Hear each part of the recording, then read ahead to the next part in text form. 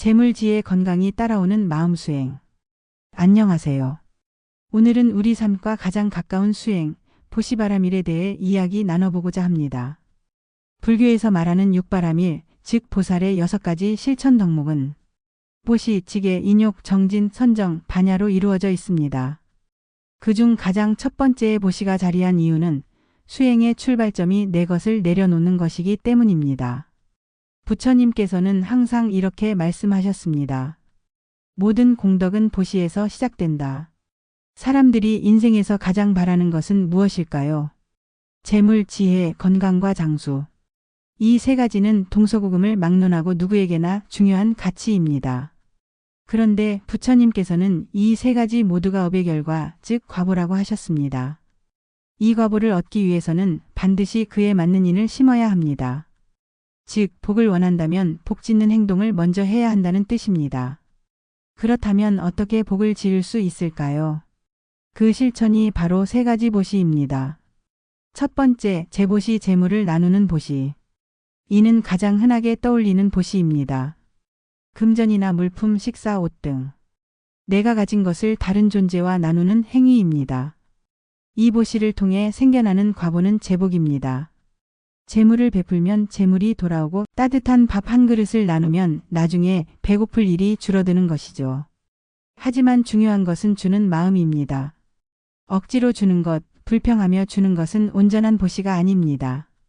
보시는 자비심과 공경심이 함께할 때 진정한 공덕이 됩니다.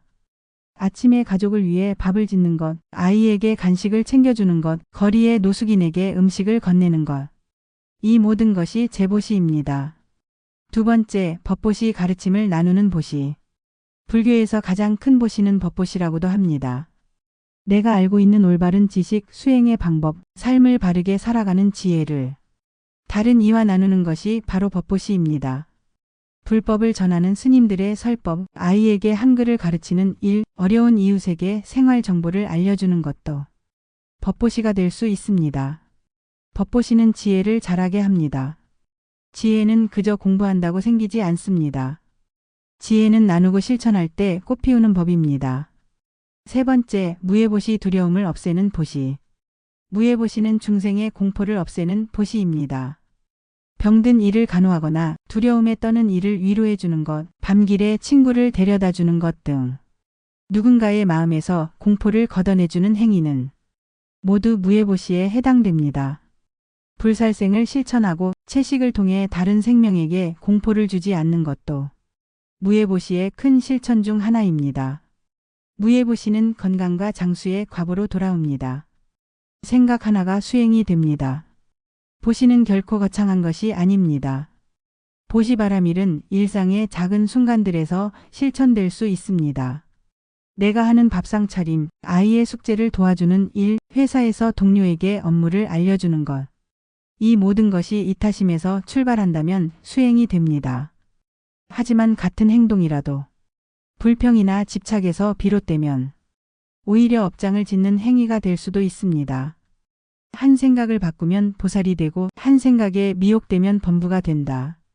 부처님께서는 우리의 삶 전체가 마음의 방향 하나로 달라질 수 있다고 하셨습니다. 보시바라밀의 궁극은 버림. 보시의 궁극은 내려놓음입니다. 물질을 내려놓고 집착을 내려놓고 심지어 내 마음의 번뇌와 걱정까지도 내려놓는 것. 그것이 진정한 보시요 바라밀의 경지입니다. 작은 버림은 작은 복을 낳고 큰 버림은 큰 복을 낳는다. 욕심을 내려놓고 이타심을 품는 순간 우리는 스스로를 해방시키고 자성의 청정한 광명을 회복하게 됩니다. 오늘은 우리가 일상에서 실천할 수 있는 가장 기본적인 수행, 보시바라밀에 대해 나누어 보았습니다. 보시는 곧 복이며 복은 곧 수행입니다. 당장 많은 것을 할 수 없어도 작은 마음 하나, 작은 행동 하나가 우리 삶을 바꾸는 첫걸음이 될 수 있습니다. 여러분의 오늘 하루가 이타심으로 물들기를, 그 마음이 보살의 길이 되기를 발언합니다. 감사합니다. 모든 중생이 고통에서 벗어나기를 발언합니다. 나무아미타불.